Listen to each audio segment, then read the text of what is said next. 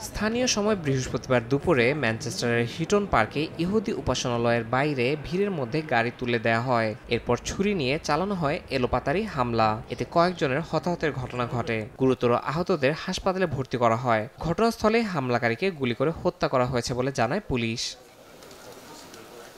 Police জানিয়েছে, হামলাকারীর শরীরে একটি ডিভাইস বাঁধা ছিল, যা পরে অকার্যকর বলে নিশ্চিত করা হয়। উপাসনালয়ে প্রবেশের আগে নিরাপত্তারক্ষী ও উপস্থিত লোকজনের সাহসী প্রতিরোধে বড় ধরনের হত্যাযজ্ঞ এড়ানো সম্ভব হয়েছে। এই ঘটনায় বোমা নিষ্ক্রিয়কারী দল মোতায়েন করা হয়। আশেপাশের এলাকা নিরাপদ ঘোষণার আগে উপাসনালয়ের ভেতরে শতাধিক মানুষ আটকে ছিলেন।